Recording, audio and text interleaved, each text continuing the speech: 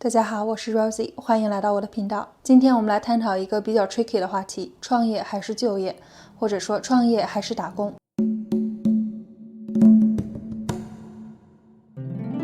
创业和打工各有其优劣势，没有绝对的好与坏。今天我们来比较一下两者的优缺点。我会根据这些年的创业经历，分享几个我认为比较重要的考量角度。毕竟是一件很严肃的事情，所以我们尽可能用比较客观理智的方式来分析，以帮助大家更好的理清头绪。那我们就开始吧。首先，最明显，或许也是最重要的一点，就是职业规划和工作内容。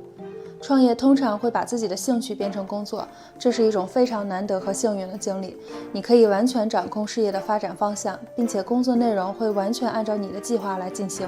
如果你是一个有主见、思路清晰的人，那么你一定会非常享受创业的过程。相比之下，打工通常会让你从事某个部门的具体工作任务，主要职责就是执行预设好的工作安排，也就是老板让你干什么你就得干什么。从老板的角度来看，会希望职员能够准确地理解并且快速地完成任务，不要有太多的反骨，因为这样会耽误工作进程。虽然这样可能会有点 harsh， 但是资本家就是想要给他们干活的机器人。或许这也是为什么 AI 会取代很多职位的原因，因为他们可以非常准确且高效地完成某些工作，并且不需要休息和假期。那从员工的角度来看，对自己的工作安排可能没有太多的掌控余地，而且不管做到什么职位，只要上头还有一个上司，你就得听他的。还有，我必须提醒一点，创业也许会让你面对一些你并不喜欢的工作，尤其是如果你要成立公司的话。比如说你的兴趣可能是制作咖啡，但是要开一家咖啡店，你就不得不面对店面租赁、装修、各种执照申请、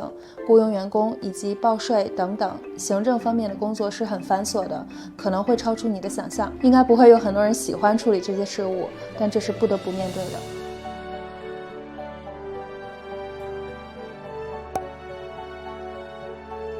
我们不能说哪个方式的收入一定更高，只能比较薪资占比，也就是你的收入占公司盈利的比例。在这方面呢，创业者明显更有优势，尤其是如果你是一个人创业，那么赚的钱全是你自己的。打工的话，这个比例肯定很低，好处是有一个相对稳定的薪资入账，不管公司这个月的盈利如何，即便处于亏损状态，你的工资也会照发，但是相应的收入增长也比较有限。说白了就是受制于他人，发多少涨多少都是公司说了算。创业者在创业初期可能会面临比较大的财务压力，甚至需要面对亏损，但是发展成熟以后，你的收入是没有上限的。另外，如果成立公司的话，税务方面也有优化的可能。至于福利待遇，例如各种保险和养老金，我个人认为这不是限制你创业的因素。如果你因为某个单位的福利特别好而选择这份工作，估计也会很难承受创业的压力。当你赚到比普通工资更多的钱以后，你会发现所谓的福利并不是必需品，钱攥在自己手里才是最好的。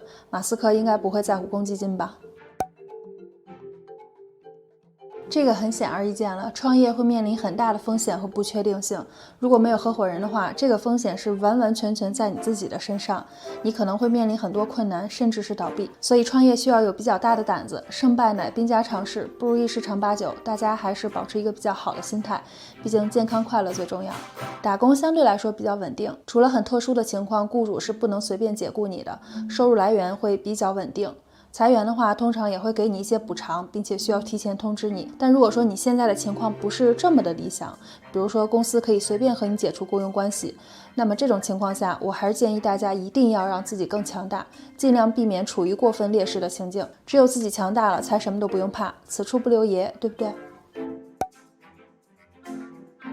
创业显然在时间上有更大的自由度，可以自由安排工作时间和假期，不需要打卡上班，可以避开早晚高峰和公共假期，在人少的时候出行。但这并不意味着工作时长会减少，相反，创业需要你投入更多的时间在工作上，特别是在初期，你可能每天除了睡觉没有休息的时间。以我个人为例每天睁开眼就是工作，如果我不出门的话，每天的工作时间最少14个小时。吃饭的时候看剧和综艺节目就是我每天最放松的时刻。而打工的话，工作时间相对比较固定，虽然无论是自愿还是被迫都可能要加班但理论上来讲，一旦下班了就可以完全放松。相比之下，当你有自己的生意的时候，几乎是24小时 standby。反正我个人是从来没有完全的放松过。我非常羡慕拥有双休日和正常假期的人，可以完全不必考虑工作。虽然不能一概而论但是我相信大部分的创业者都是类似的情况。就业者对时间支配的自由度相对较低，除了请年假以外，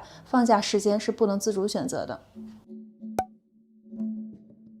创业的工作量和辛苦程度是会非常大的，而且你需要不断的努力，只要停下就坏了。这是我个人的经验啊，一个项目的运作，你需要不断的往里面注入新的内容和资源，就像一条河，这个水啊得是活水，是不断流动的，这样才能活起来，不断流，不能是一潭死水，那样的话只能被市场淘汰。创业是不存在一劳永逸的情况的，你必须不断进步。别说不付出不会有回报，你即便付出了也不一定有回报，这是非常残酷的现实啊。但是当这个世界开始回报你的时候，你的事业的进步空间是巨大的。打工的话可能会有机会摸摸鱼啊什么的，咱们不说工作压力，最起码这个风险压力要小很多。然而晋升空间也相对有限，虽然你可以通过学习和培训提升自己的能力，但是工作内容和职位可能受到公司结构的限制，升职空间也是有上限的，做得再好也不可能取代老板。